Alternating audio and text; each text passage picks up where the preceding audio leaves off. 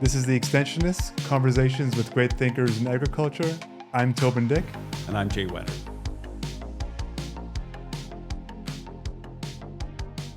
Hey, Toban. Hey, Jay. So, before we start in any sort of formal way, my grain truck is running right now. It is waiting for me to be done this recording, and then I am jumping into that truck. And running out the door. And picking up seed, because my dad is out there seeding right now, and he's going to need more very soon. And I'm going to run amok in your house and look in all your cupboards. Do it. You can do inventory right away. Let us know what we have, please. What are you planting today? What are you seeding today? Seeding soybeans today, and we actually, all things being equal, we might finish later tonight. Okay. For sure. Well, I shouldn't say for sure. That's a terrible thing to say as a farmer. Hopefully, if not tonight, tomorrow. Yeah. Okay. And then I just have a parcel of canola to seed. Oh, right on. And then are you saying right on because you are canola? Yeah, you're a canola right. man. Nice to hear you're good. Canola. You're growing canola. Yeah. How are the seeding conditions this year? Good. Typical spring in Manitoba. It's windy as all get out. As all get out. Is that the word you actually wanted to say? No. Yeah. Okay. No, I was going to swear. Yeah. So today we're chatting with a couple of people from the United States, which I think are our first American guests. Yeah, I think that's you mentioned surprising. that earlier. That kind of No. Oh, Frank Cara. No, was it Frank from Hawaii? There yes. you go. Yes. That's Good. right. Thanks, Abby. Yes. So these are our second and third guests from the States. But yes. Jane is with Montana State University Extension, and I mean the way they do extension in the United States. I'm kind of curious where this conversation goes to see if it's different or whether we even get there. But but it is good to check in with the extension practices in the States and see how something we might learn from them. I feel like that connection to the States is. I mean, to say it's important is not really getting at what I'm trying to say. Of course, it's important, but I think there's something kind of mystical about the U.S. like and how it does things and it's also fun to connect her with real people because we're so used to talking about the U.S. as the U.S. But when you connect with individuals in the U.S., it's always a very different, very most of the times meaningful, impactful connection, and I'm very much looking forward to that. I used to do back in my journalism days. I would get to go on these junkets to Europe, say sometimes, or around the States and that kind of thing. And I'd met a lot of the farm writers from the U.S. and to a person, they were so fun, so warm. Like I don't know. I really enjoy that perspective and spending time with them. So I think it's kind of, like you said, it's kind of surprising that we haven't tapped into that relationship that Canada has with the United States as much as we might. Yeah. And like it may sound strange, but I feel like honored that we get to speak to the people that we get to meet for most of our guests. I mean, no, I would say all of our guests. I feel honored like that they're taking the time to speak to us and they're actually excited to talk to us. And I feel like these kinds of things are just so, I don't know. I get all like, I get teary, but we're not paying them. They actually are they're doing that. You're going to take it to tell the world that we're not paying them? I don't know. So listeners, we do not pay our guests in swag. We pay them in hoodies and respect and admiration. Respect and admiration. That's right. That's right.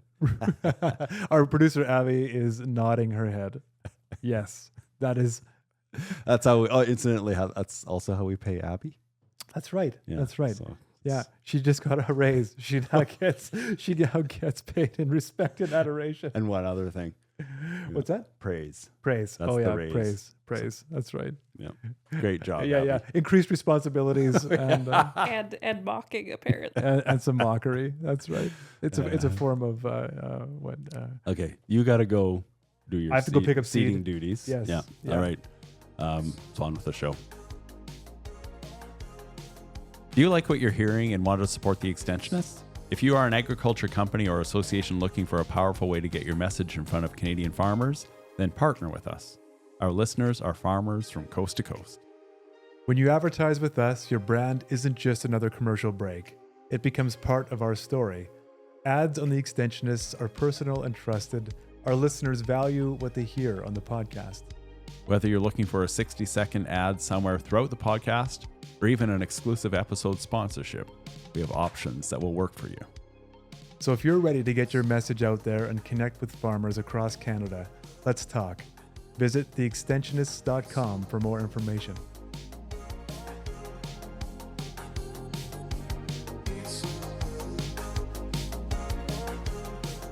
All right, welcome to the podcast. We've got two guests today, which is something new for us. Brand new for us, yeah. So we have Jane Mangold, and Jane is a professor in land resources and earth sciences at Montana State University and is also an extension specialist, which fits with our extensionist theme. And then we have Nicole Fleming, who's the director and owner of Training from the Back of the Room, TBR Community. And so this is where it all started. Is in fact one of our previous guest, Brianne Tideman. She used to work for Agriculture and Agri-Food Canada in Alberta and is just moving to Norway, which is kind of exciting. Jane, I'm not sure whether you had that news about Brianne, but I did not know that. So Brianne was telling us, you really need to talk to Jane Mangold about moving away from sage on the stage to training from the back of the room. That's right. Yeah. And I just thought, okay, well, that is so compelling. We definitely have to talk to Jane. And then Jane thought, well, you know what? Jane is, again, I'm putting words in your mouth. We'll get to all of this, and this is the world's longest introduction. I'm sorry. Yeah, geez. But then Didn't Jane, Abby just tell you to be quick? Anyway, go on. Yeah, it's my what is it? Defiance, oppositional defiance. That's right. My brother's wife tells me that I have that sometimes. So if someone tells me to do something, and then I said, "Well, screw you, I'm going to do the opposite." So yes, here this is me being quick.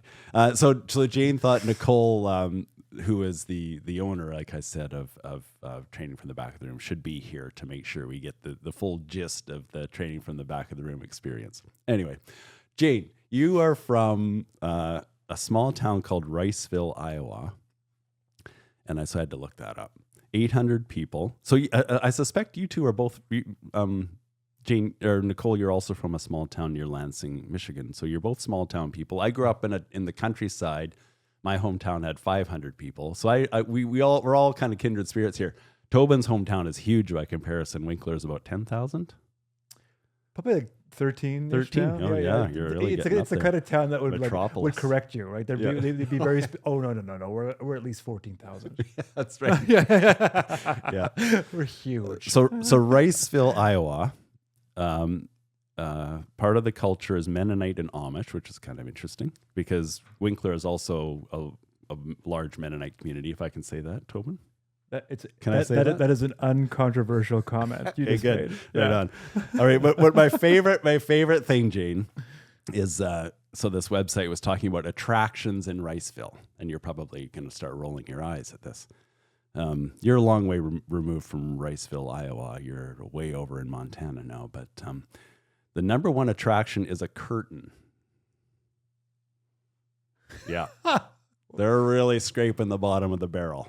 So do you have any idea? I know what it means. Do you have a guess as to what that might be? No, I this is going to be a learning experience for me. Well, what is the curtain in Riceville, would have been Iowa? there. It would have been there when you were there. And again, it's one of 5 curtains left from the Brown Opera House. This may be American folk history that I have no idea what this means. And it's in the library in Riceville on display for everyone to see. And it's some painted curtain that used to be in some vaudeville theater. Well, this Brown, is that ringing a bell? Wow, you don't even know. In all honesty, not really. So I'm not gonna. You're saying I shouldn't drive to Riceville to see the famous curtain? I could tell you other things to drive to Riceville for. Oh, okay. Well, I mean, you should see the curtain, I guess, if you're there. We have to now. I think we just. There are other attractions. what are the other attractions in Riceville? Well, one of my favorite things about Riceville is it has a great rails to trail bike trail that actually runs from Iowa into Minnesota. Okay. There's a connection there. And it used to be a rail line? Or is that what? It was a rail line. I think it was the Northern Great Wapsipinicon Well, that really rolls off the tongue. Rail. Yeah.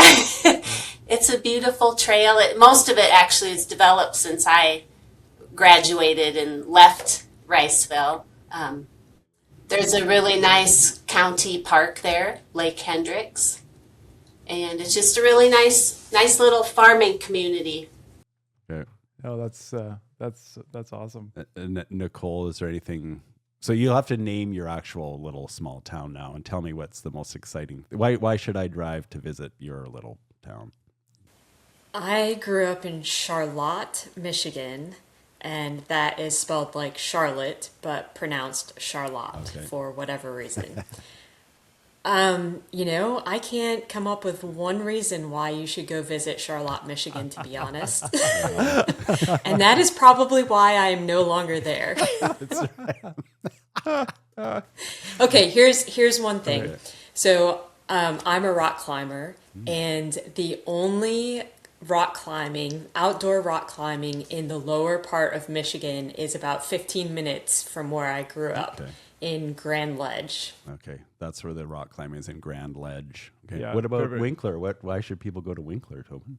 For the rock climbing, obviously. No, there's no rock climbing. World's flattest. It's as flat as Iowa. So like Nicole, when I was 18, I left Winkler. I was like, there's no way. I'm not coming back. I went to the city, university, and then Toronto for a bit, but then I came back, and I'm now taking over the family farm. So that's what brought me back. But yeah, no, I have a complicated relationship with the town that I farm nearby. So yeah, I understand. But I want to talk. So Jane, hiking and biking, I understand, and Nicole, rock climbing. So this is interesting. So you're not going to ask me about the derelict, empty buildings in downtown Hartney? You know what? I just don't care. And I'm just kidding. I'm just kidding, Jay. Yeah. Nicole, I'm just so excited to talk about some of these other things. Nicole and I have been invited to be part of our hometown economic development boards. Okay, yes, continue. Hiking and biking. So I know this is unrelated, but my wife and I just we Jay gets tired of this because we just got into running.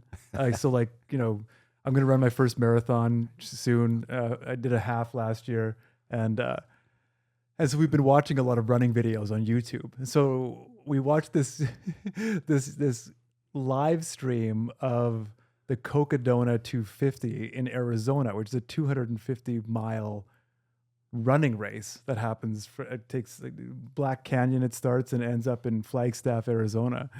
Just an incredible thing. So I mean, I'm not going to ask you if you're ultra marathoners, but I do like the physical activity, the hiking and biking and rock climbing. I think that's great, and I think the U.S. is such a fantastic place for stuff like that. Except for that one person. What's that? No, I'm not. Oh yeah. Okay, moving right along. Okay. What was that phrase in Jane's bio? That strange word for land that needs help. Abused land rehabilitation. So we got a lot of saline soil on the Canadian prairies, and I guess you could say that's abused from farming management practices over the years. But what is that still a big part of your working life, Jane? Is this abused land rehabilitation, and what is that exactly? Yeah, so I got a master's degree from Montana State before I got my PhD here, and it was in abused land rehabilitation. That was mostly, saline soils could be part of that, but it was mostly working with mine tailings. Mm-hmm. So not necessarily pretty drastically disturbed. Yeah, I don't work in mine settings for the most part anymore, but I do work with invasive plants, which can be a cause or a symptom of abused land, and trying to restore that land to bring it back to some level of productivity. I'm doing a little bit of work on coal mine reclamation because a lot of that reclamation happens, but seeding occurs, but a lot of weeds tend to move in after the disturbance instead of the species that we seed. So we're trying to find ways to control the weeds and reestablish desirable vegetation. And you work with farmers as well? I work more with ranchers than farmers, so livestock producers. Some of them will have mixed operations where they're farming and have livestock and hay production. I tend to work more in perennial plant systems, so rangelands, prairie grasslands. Yep. And I also work a lot with the managers of public lands, so our state and federal public lands. Okay. I just, for some reason, I just thought of the word sage because we were talking of sage on the stage. And oh, yeah. I grew up in a part of southwest Manitoba that has a lot of native prairie grasslands kind of areas, and also tame pastures and perennial feed lands. But yeah, there's a lot of wild sage. So, but we'll get to sage on a stage in a second. Yeah, that's the type of system I work in. Yeah. So. Okay. And are there challenges with regard to communications to farmers? Like what are the challenges, and what do you like? What started you on this training from the back of the room journey? Like, did you recognize a need or a gap in communication? Yeah, well, so I've been an extension specialist for almost 18 years now. And I think one of the things that I've always struggled with is, as a subject matter expert, I have a lot of knowledge and information about the topic that I'm asked to give presentations on to farmers, ranchers, land managers. And, I'm really interested in that and fascinated by that, but in a lot of cases, it's too much for my audience. They maybe don't want all those nitty-gritty details, right? They want very practical, applicable information. So I often find myself being the sage on the stage. It's a very common practice that I would be asked to come give a presentation to a group of producers, and I show up with my 45 PowerPoint slides, and I work through the slides and maybe take some questions at the end, and then I sit down. Yep. And then another expert comes up and does the same thing for their topic, right? That's pretty much the formula, though, isn't it? That's the formula. Yeah. And I just feel like we can do better. We can do better for our audiences, our clients, our stakeholders. And I think for us as extension professionals, it's more interesting to do things in a different way as well. Yeah. And, the longer I'm in my career, the more I want to do things differently to keep it fresh and to try to improve. What was the moment, if you can recall, when you thought, something needs to change? Exactly. When we need to the eureka moment. Was it a particular event, or was it just tell us about that time? I think it's been it slowly evolved over time, doing it for so long, and then also watching my colleagues do the same thing. And I might be sitting in the audience listening to my colleagues, and no offense to my colleagues, but it's wow, I can really only listen to what they're saying for about 15 minutes, and then I start checking out. Yeah, and you, yeah. So, so you have a short attention span. So when now I think Nicole will tell you otherwise, that the brain science behind training from the back of the room suggests that all humans have a attention span that's, I don't want to call it short, but it's not 45 minutes long to listen to the same person go through a bunch of slides. It's probably about half that for me. Or no, not half of 45, half of 15. Yeah, right. And even now, it's probably getting shorter and shorter with people. Although maybe that's not actually true, but we hear that the attention spans are getting shorter and shorter with our social media training and our constant flipping and that kind of thing. Maybe Nicole, is that in fact true, or what are your thoughts on attention spans and limiting the time length of presentations? My research about shortening attention spans finds that it's actually not true. We just have more distractions nowadays, I think, is really the cause of it. But it's a really good incentive to do something different to mix it up, because our brains can really only take in, information for a short period of time. We need a break, or we need, a change to be able to process that information. That's really interesting. Yeah. So our ability to focus actually hasn't changed over time, or like what is? Can you unpack that a little bit more? It's not changed significantly over time. Evolution takes a little bit more time than that, and so I think the consensus is that we just have more distractions that are breaking up our ability to focus. Well, that makes sense. That's interesting. And is there an ideal length of time? I think, is it Carmine Gallo? Is that the Talk Like TED person?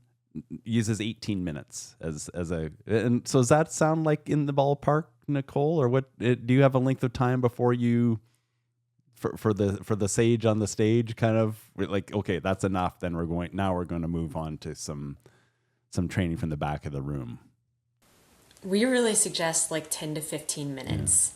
So if you're talking longer than 10 to 15 minutes, that information is just going to be overload to your learner. Yeah. So every 10 to 15 minutes, it's time to, allow your learners to do something with what they've heard. Allow them to write or talk, or do an activity that reinforces the content. Jane, so tell me about that time when you first heard Nicole. Was it light bulbs going off moment, or what was that day like? Yeah, well, it goes back a little bit further than Nicole. I think it was 2012. I was like 4 years into this job, and I actually had an opportunity to go to a training from the back of the room workshop that Sharon Bowman, who was the founder of Training from the Back of the Room, did here in Great Falls, Montana. So I did that program, and some of the concepts really resonated with me.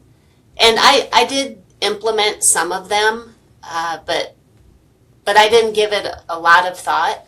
And then in 2023, I was awarded sabbatical, and I wanted to spend my sabbatical time learning how to teach better and how to be a better extension professional. So I looked into seeing if Training from the Back of the Room was still around, and it was, and Nicole was leading the program at that time. So 2 years ago, I took the 2-day practitioner course from Nicole. Love the way she teaches. I love her approach. And yes, light bulbs were going off. And I stayed on an additional day with Nicole to do the certification to teach the 2-day practitioner course. And that was in May of 2024. And since that time, I've been trying to implement strategies and ideas into my own programming. And then I've also, with Nicole's help, held 2 trainings for extension professionals here in Montana. One in November of 2025, and then one this past April. And that's fantastic. So, you talk about like the 45-minute presentation and the big slide deck, and, or maybe it was 45 slides. I'm not sure. So how has that changed for you? Can you kind of walk us through what you do now that really resonates with your audience? Yeah. Yeah. Well, again, I'm still practicing, and like I said before we started this show, there's 6 principles that Training from the Back of the Room operates on. One of them is shorter over longer.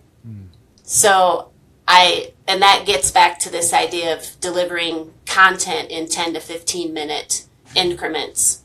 So I try to break my content up into 10 to 15 minute segments, and then have the audience do something. It may only be 1 or 2 minutes that they spend doing something, but I try to break it up. Maybe it's even as simple as giving the audience a chance to ask questions during that time. So that's one of the things I've been doing. Another of the principles is movement, the importance of movement and movement over sitting. So having audience members they're either getting up and moving to look at something. Maybe they're passing samples, down the line, samples of invasive plants to look at. Maybe they're working with some cards. They're doing a matching game.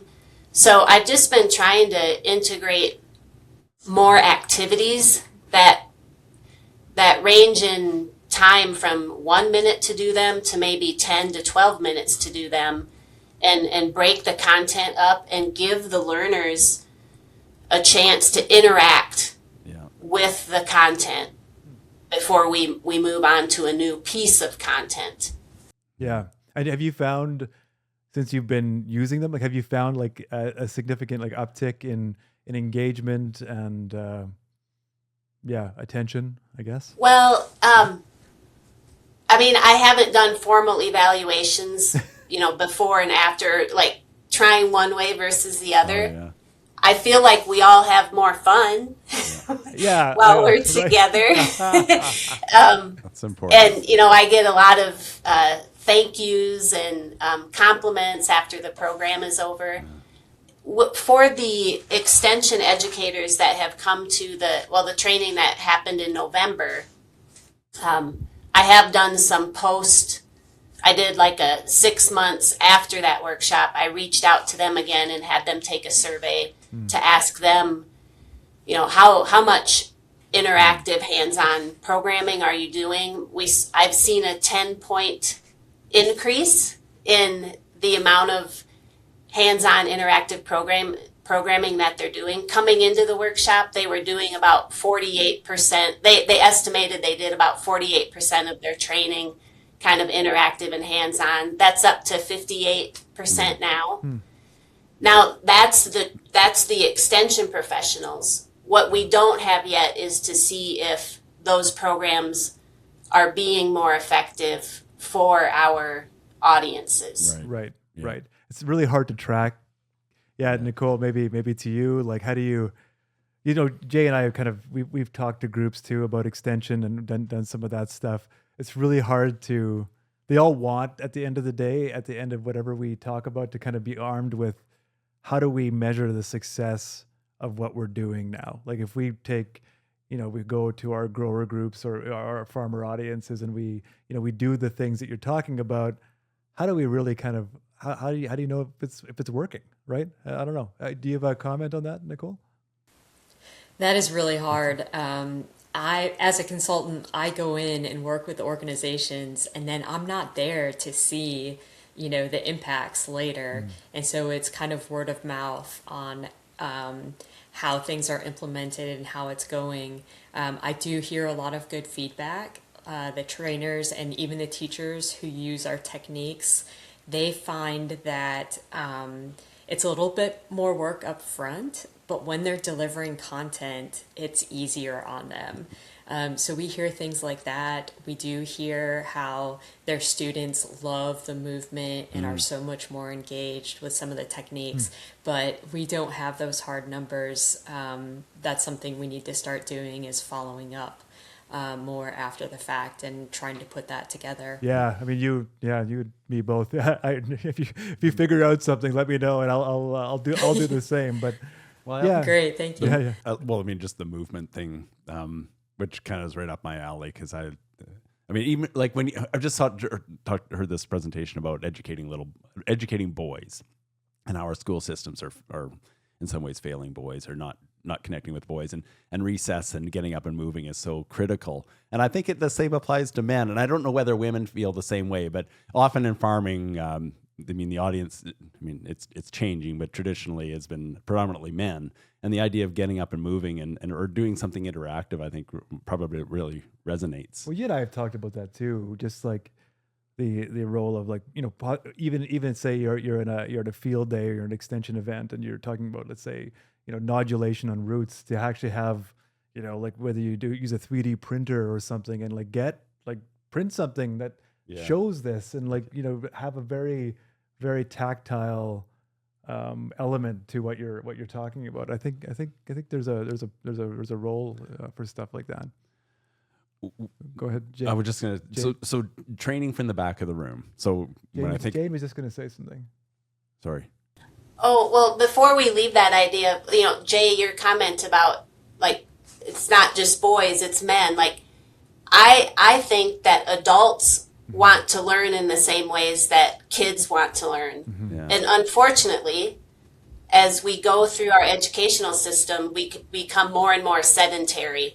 So that by the time we're young adults in college, we mostly get lectured to. Yeah. Again, from the sage on the stage. And one of the things that's been interesting to me implementing TBR is that some of these old crusty guys in the audience are enjoying this like they're embracing the activity. And I've also heard from one of our extension educators who has come to the workshop that he tended to do hands-on activities with his 4-H kids, the youth development programs that he does, but he's like, I never thought about actually integrating some of these similar concepts into my adult education. And he's doing that now, and it's being met with it's well received. I think adults want to have fun. They do. when they want to laugh. they learn just as much as kids do. Yeah. I couldn't agree more. Absolutely. Yeah. That's perfect. Well, thanks, Jane. I thought Toban was going to say Jay, but Jay and Jane start off the same. So his attention span's not even 5 seconds long. He cut off before the word. I'm only good with Jane. I'm only good with uttered. 3-letter words. Okay, but Nicole, so Jane a few minutes ago set up the 6 learning principles of TBR nicely with the reference to shorter. But can you talk about the training from the back of the room, the 6? I guess the principles of TBR are these 6 learning principles, and then the 4C framework. I think we need a little definition of what those walk are. us through this. Yeah. The 6 learning principles are all about engagement and attention, and I think Jane mentioned most of them.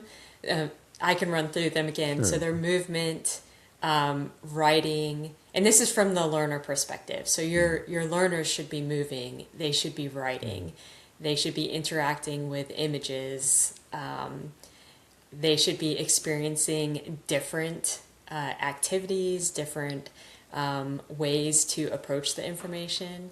And then shorter. So as a 5-foot tall person, that is obviously my favorite, is shorter. You get a lot of play on that one. Yeah, I like it. Yeah, exactly. That's really a reminder for us to, keep it short and involve our learners regularly. And then talking. Mm-hmm. So our learners should be talking. And we sometimes get some pushback about that, but the key here is talking about the topic. What's the pushback on talking? I thought that would be the most obvious. Not everybody wants to talk. Well, it's it's the teachers. Yeah. The teachers, they're like, wait, my students should talk, and that's how they're going to learn. But yes, getting them talking about the topic. Yes. Yeah. Huh. Yeah. Well, that's I get it now. Sometimes Toban needs to pull me along. So I was thinking these are the rules for the presenter, but no, this is just the whole package. This is the whole room. So everybody should be talking and participating. Okay, I get it now. How have you found, like with this kind of train the trainer model, like how does that work? Does that work well for the program? It works really well.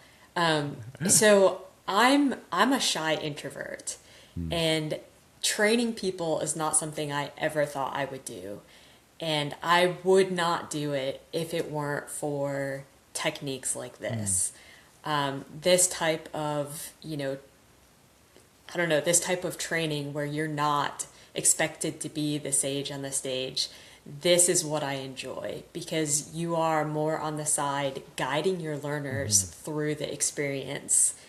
And our goal is to make sure that our learners know that they are the experts. They come with a lot of knowledge, and they probably know a good amount about what we're going to share. And so creating the space for our learners to share that information with each other really shows them that they bring valuable knowledge to the experience. And that's another, big key to training from the back of the room. Yeah. I think it's interesting.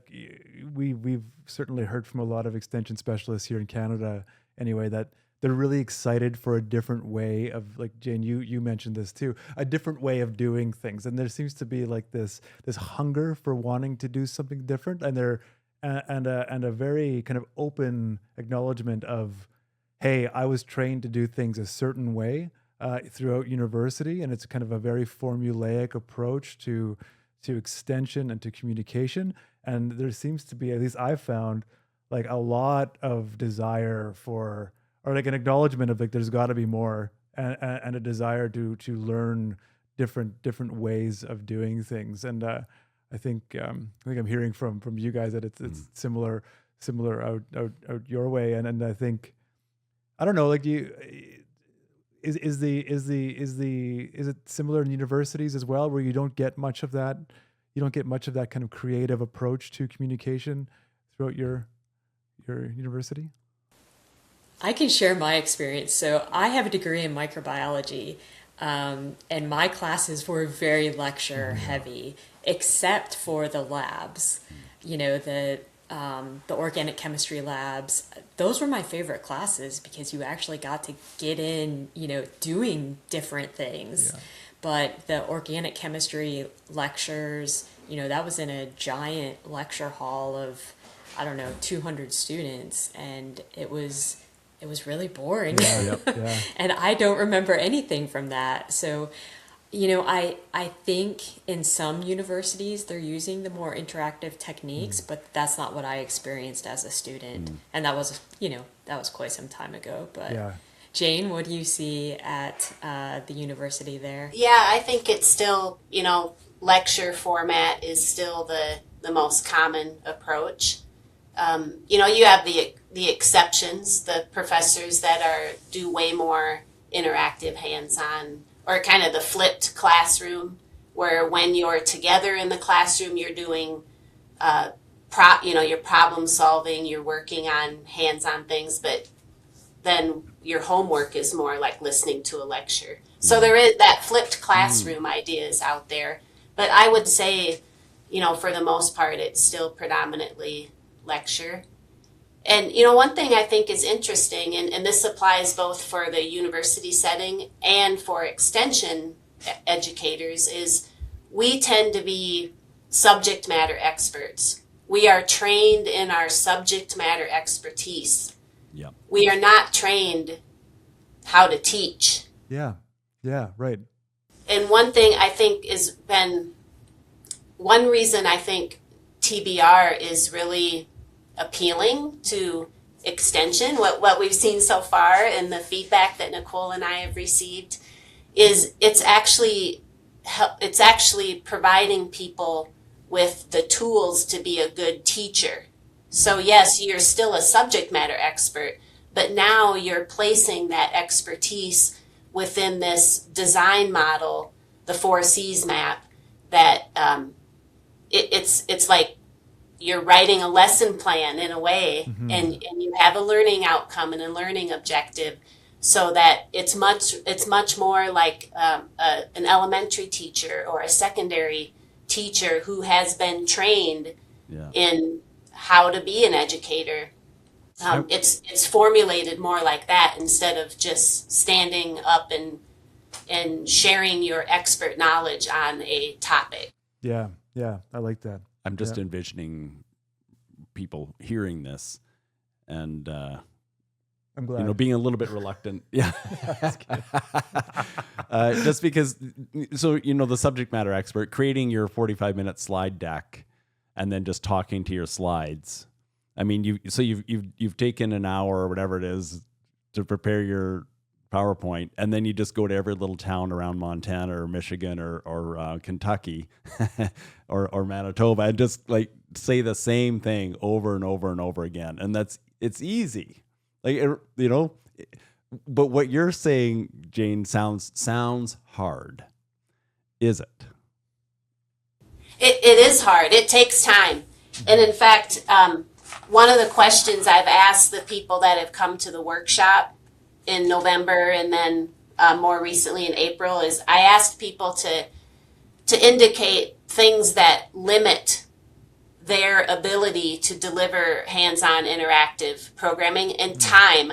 Yeah. Time is the number one. Like Yeah, I believe that. about 78 to 80% of the respondents to that survey question are indicating time as being the number one challenge, and I agree with that. Like Nicole said earlier, it does take more time to prepare when you're getting ready to deliver the program, and it's a lot of. I don't want to say it's a lot of work, but it's more work than just putting a PowerPoint slide together. But when you are delivering it, it's so much more rewarding. And actually, the learners have to work. If you've done it correctly, Yeah. when you're out delivering the program, the learners are working. And you're just walking around as the guide on the side, helping them work through the new information. Yeah. Sage on the stage, guide on the side. I like Yeah. that. I like Yeah. that. Training we, from the back of the room. we had a guest on at one point, and she'd mentioned like this approach of the answers in the room, right? I mean, so we, you know, when we facilitate, Jay and I, we often kind of use that model as well, where it's like we're not there to tell you, we're here as facilitators, right? And we'll get you guys to come up with the answer, and of course we always come up out of a day learning just as much as they did, if not more, about kind of what kind of solutions they're pitching. But I sometimes feel when we give, or when we've talked to extension specialists and going to give them the license to be creative and to think differently about how they're communicating to their audience, that there's almost like a relief valve that goes. They're like, oh, good. I'm allowed to be creative. I can do things differently. I don't have to do it. I don't have to have like a poster presentation, under a tent every time. I can do something different. Like that's I find there's a huge appetite for it. Have you found the same? Yeah, and I think the neat one of the ways TBR is so, I think, relevant for extension is because you go away from that 2-day practitioner workshop with dozens of ideas to make learning more interactive. Yeah.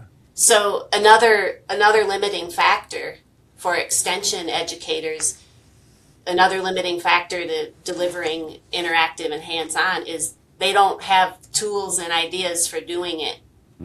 Right. And this practitioner course gives you those tools. And in fact, and Nicole can talk about this too, but the whole course demonstrates the tools and ideas as they're being taught to the participants. So they see them in action as they're learning about them.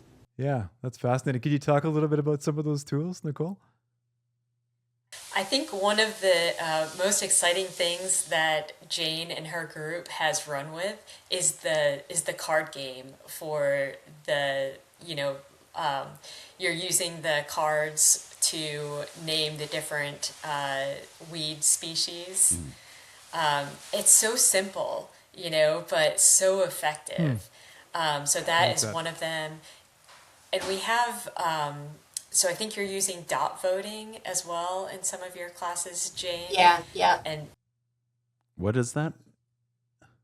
Yeah, Dot wedding? What is the activity where you're dot voting on? I'm sorry, I can't remember. Well, dot voting, so you might use a flip chart. You might have some words on a flip chart, and then everyone in the audience gets a couple colored dot stickers, like you see it. I don't know if you use, in Canada, we use them at garage sales.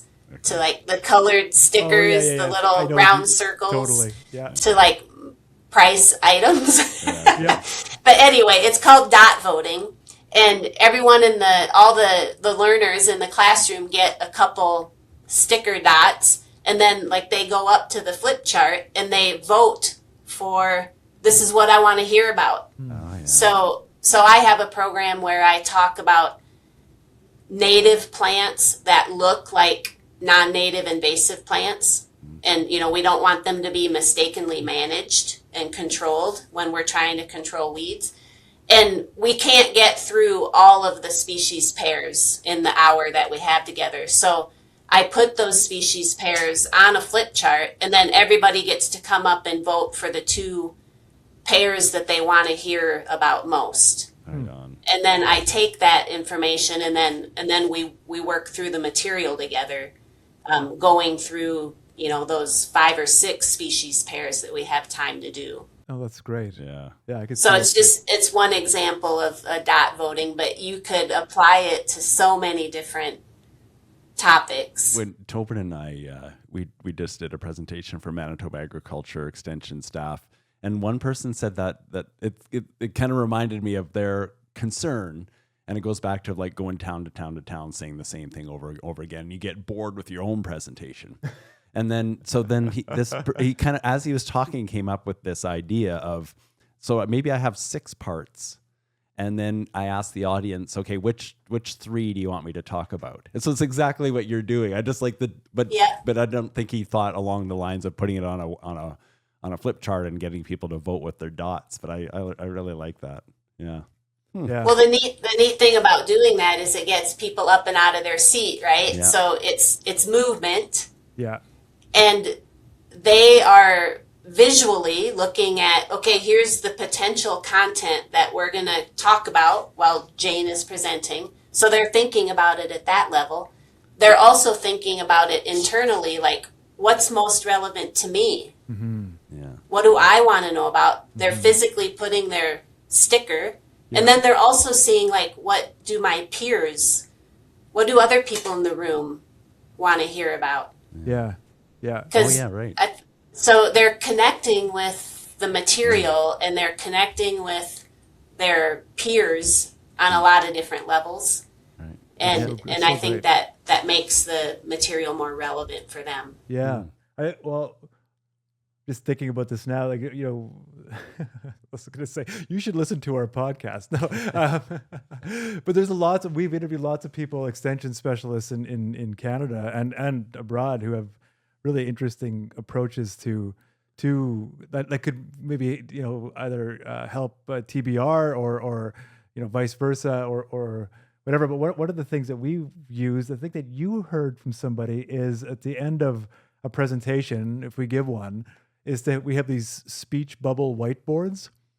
And so we get them to write one thing that they want to work on as a communicator, as an extension specialist. And then we take their picture, and then holding this speech bubble, and then we follow up in a couple of weeks and ask them how it's going, right? Yeah. And I think that was kind of a fun, thing that we've continued to do. It's a neat approach, but I love these techniques. That's so great. So, is your card game? Do you have like a TBR branded deck of cards that you send out to practitioners?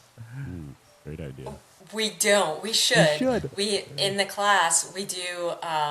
We teach the 4 C's with a card game. Okay. And so that's how we demonstrate that. Tell us about the 4 C's. Yeah, just to share in class, we do. How many times do you go to a session and you read all of these learning outcomes? Here's what we're going to cover today. And it's a bunch of text on a slide, and it's very dry and boring. Well, in the training from the back of the room class, we actually have people read over the learning outcomes, decide on the 2 that they're the most interested in, and then they dot vote on a poster on those learning outcomes. And just as Jane said, it allows the participants to see, how am I similar to the class group? Do we have the same interests? I love that. Do we have, some different interests? Yeah. So in the class that I did last week, there were a couple learning outcomes that only had like 1 or 2 dots. And so you might think that people are like, oh, I dot voted on that, but everybody else is interested in these other things. But the people who didn't dot vote on those, they're like, oh, what are those? Why is that person interested in that? That's so cool, yeah. So it's a great way to get people to read that type of information and do something with it.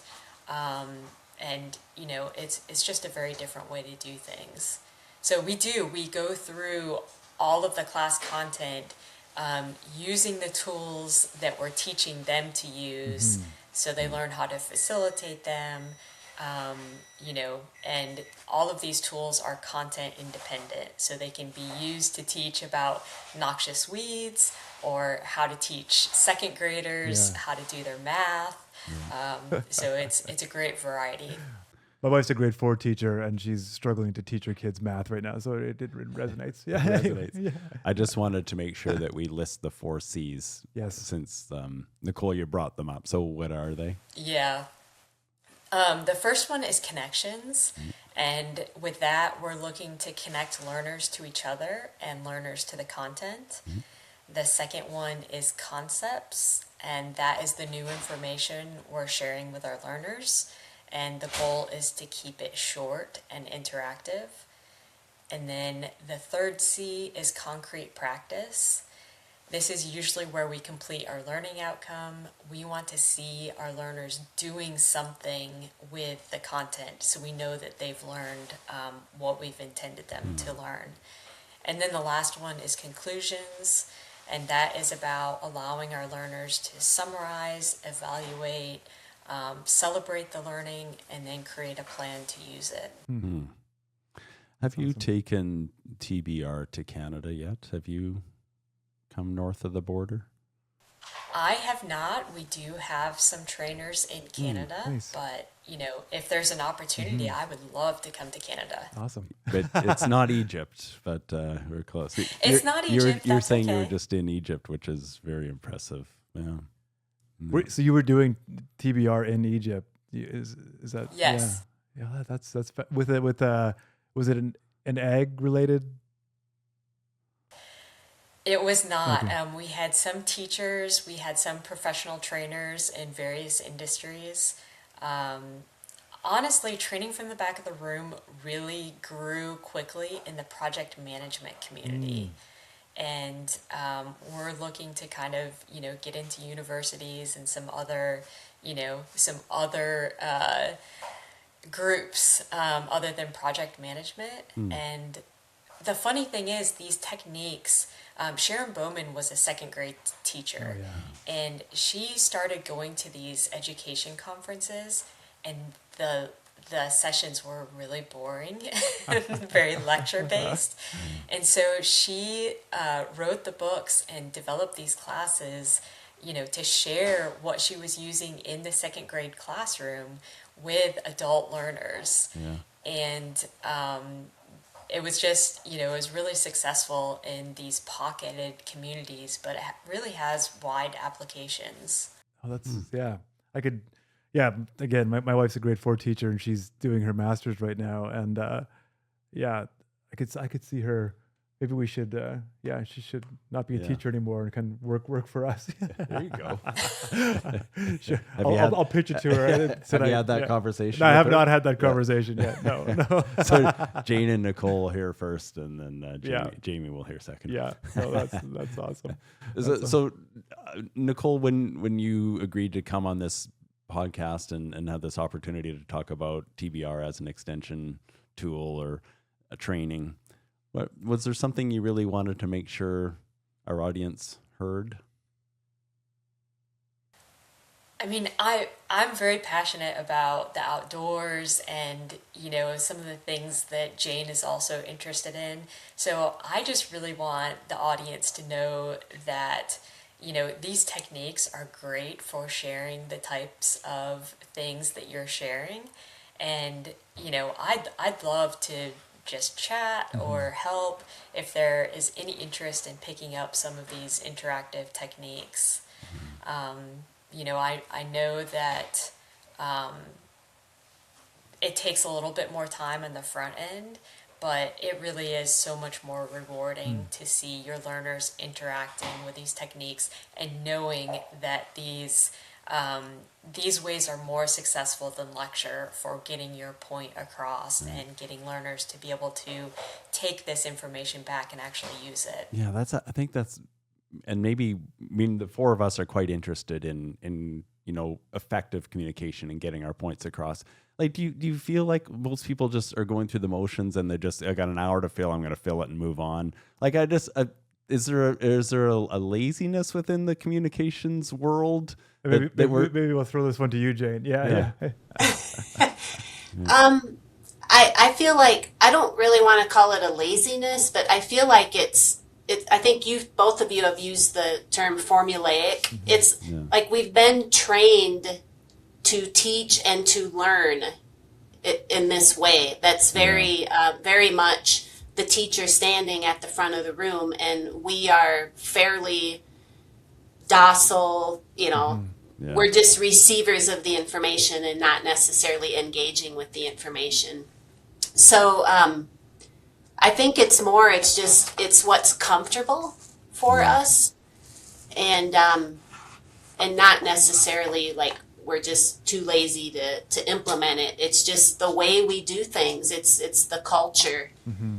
And we have to start changing that culture for the benefit of our stakeholders when we think about extension, right? And you want to extend that even further, like for the betterment of our agriculture and natural resource systems. Right.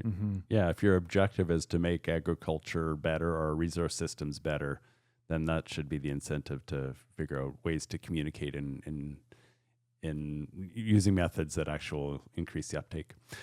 Jane, I just wanted to make sure that Jane had had a chance to answer that same question about coming on the podcast. Okay, go ahead, but then I have more questions. Do you? Yeah, okay. I do. Okay. Oh, yeah. Remind me what the question is. Oh, just about when you were offered to come on this podcast, and was there something that you really wanted to get across to people? Yeah, for me, it is kind of thinking as an extension educator, encouraging people to think about doing it differently, and that training from the back of the room has a place in extension systems. I strongly believe that. When I took the workshop from Nicole, I thought, I need to take this back to my colleagues so we can do our jobs better. Yeah. I have brought it back to my colleagues. We've had 2 practitioner workshops now. They've been super well received. I've received comments like every extension professional should take this course. Oh, so awesome. So I just can't emphasize enough like how let's think about doing things differently for the benefit of our stakeholders and the things that we care and value, right? If you think about extension educators, we're all very passionate about the work that we do, and we're trying to better people's lives by taking research-based information out to people that can put it into practice for the betterment of their lives. And we should be striving to do that in the most effective way so that they can retain that information and they have the motivation to put that information into practice. I like that. Well put. That was great.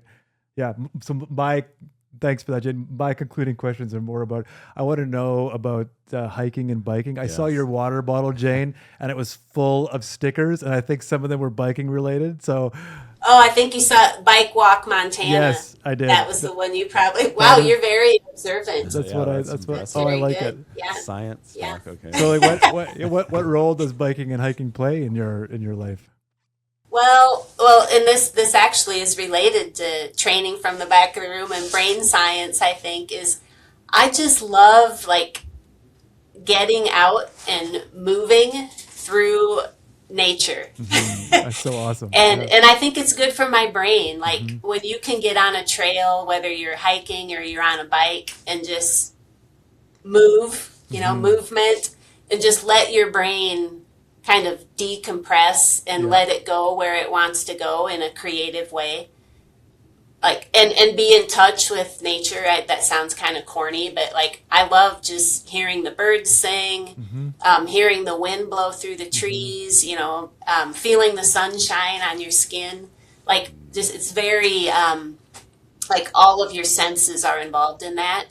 And I think that's good for the brain, right? Yeah, I know. There's something about that we don't talk about a lot. Like certainly on the podcast and just in general, is like there is a connection there, right? I mean, you don't want to go and you don't want to tell everybody that they have to go exercise or like go outside all the time. But there is a strong connection between. I agree with you. I enjoy the same things, being outside and physical activity. And Nicole, you got the rock climbing. Like these they're not separate, right? And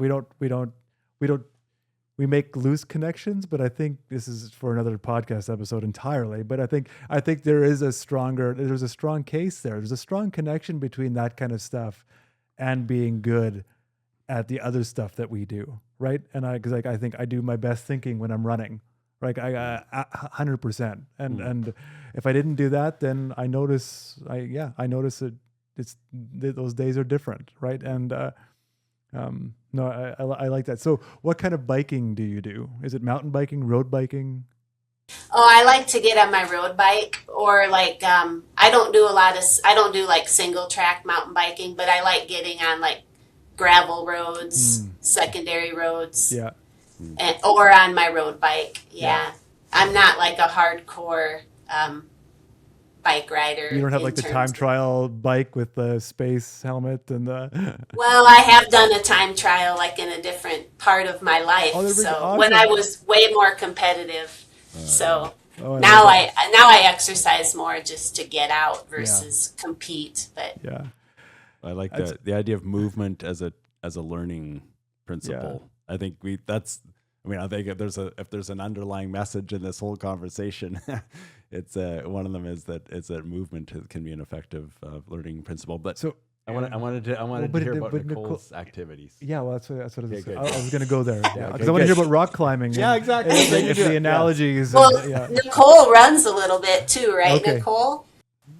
I have competed in 5 half marathons. Oh, good for you. Mm-hmm. We won't talk times and splits right now, but maybe for episode 2. That's kidding. Splits, that'd be me if I was running a marathon. Yeah. But rock climbing, and you were saying that near Charlotte, in that place that's 15 minutes away. But Kentucky must have a lot of decent rock climbing, does it? Yeah.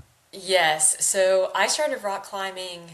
Oh gosh, I think it was 21 years ago. Oh, wow.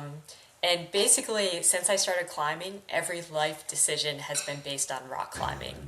So the reason that my husband and I live in Kentucky is because we have a world-class climbing destination an hour away. Oh, yeah. And every time we go climb there, we meet somebody who has traveled from somewhere else in the world to come just to small town eastern Kentucky and climb at the Red River Gorge. Wow, that's incredible. That's incredible. So how often do you go then? Do you go? Well, not quite enough. We have been building a house for the last 6 years. Oh, yeah. And then, of course, taking over the training from the back of the room, TBR Community has been a lot of work. So not as often as we would like, but we're trying to get back into that. I had the opportunity to also travel to Thailand and run a TBR camp for our trainers. And that was my first time climbing outside in about 6 years. But I spent an extra week climbing in Thailand, and it was absolutely amazing. Fun. Rock climbing is something I have never done, apart from like in school or whatever. You have the little things. I love watching the YouTube videos, and Yeah. You do have a lot of climbing in Canada. We do. I've climbed at Lion's Head, Ontario. Okay. I know there's climbing in Squamish, and I know there are other areas as well. For sure. For sure. Yeah. Well, that's awesome. That is awesome. Well, you two, thank you so much. We learned a lot about training from the back of the room and the moving away from the sage on the stage. And what was that person from the side? Guest on the. Oh, sorry. What is it? There's Guide on the guide side. on the side. Yeah. Yes. Yeah. I like Right that. on. I love Yes. it. All these positions that we could teach them. Yeah. Yeah. Thanks so much for taking the time. We could have. Yeah. This could have gone on forever, but we really appreciated this conversation. Yeah. Right on. Thanks to both of you. Yeah, you're welcome. Thank you so much for having us. Of course. Yeah, definitely. Thank you for having us. Yeah, our pleasure. Have a great day. Hey there, listeners. If you're enjoying the conversations here on The Extensionists, you will probably love to get our newsletter. Yeah, it's the best way to stay connected with us, with Jay and myself, yours truly. I'm excited about the newsletter, to be honest with you, because I think... Why are you excited about so many of our guests have... Sorry. Why are you excited about it? Say that differently, Jay. So many of our guests they say so many things of interest, right? And I feel like the newsletter will be a great way to share that with our listeners. Like quick take-homes? Yeah. Summaries? Yeah, absolutely. One-liners? Absolutely. I think about each guest, we could probably write a whole bunch of articles from each of our guests, right? So to give our newsletter subscribers like summaries of the key takeaways of these things, plus information on upcoming guests. All the listeners have to do is go to theextensionists.com and follow the prompts to sign up for the newsletter. I think it'll be great.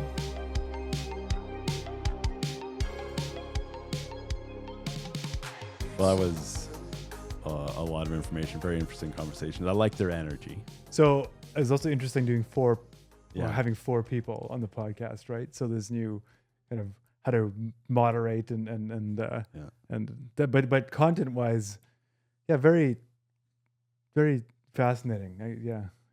To make sure both guests get ample time to answer questions. Yes. And when I'm looking at Nicole and you're telling me that Jane wanted to say something, so people can't never see that, but our interface is on a screen. Yeah. With their two faces. Yeah. So it is a little bit of a different dynamic, but I think it worked okay. Oh, I think it was great. It was like probably about halfway through the episode, I realized that this is an episode for extension practitioners. Yeah. Right. And so I mean, and that's not profound, but it could help me. I'm like, okay, let's just lean into that, right? Yeah. Like, because it's not gonna. I think that's there'll be a lot of value for people who are in that space, and to hear some of their approaches to things. Is there anything you're going to try differently next time you do a presentation? I don't know. I mean, I like the voting on learning outcomes is an interesting one. I like that. I like approaches that allow you to tailor what you're going to do, for the remainder of your time, based on who's in the room. I think are valuable, right? Yeah. It's like, no, well, okay, then I can cut that, or like I'm not gonna focus on that. This is what this group wants to hear about.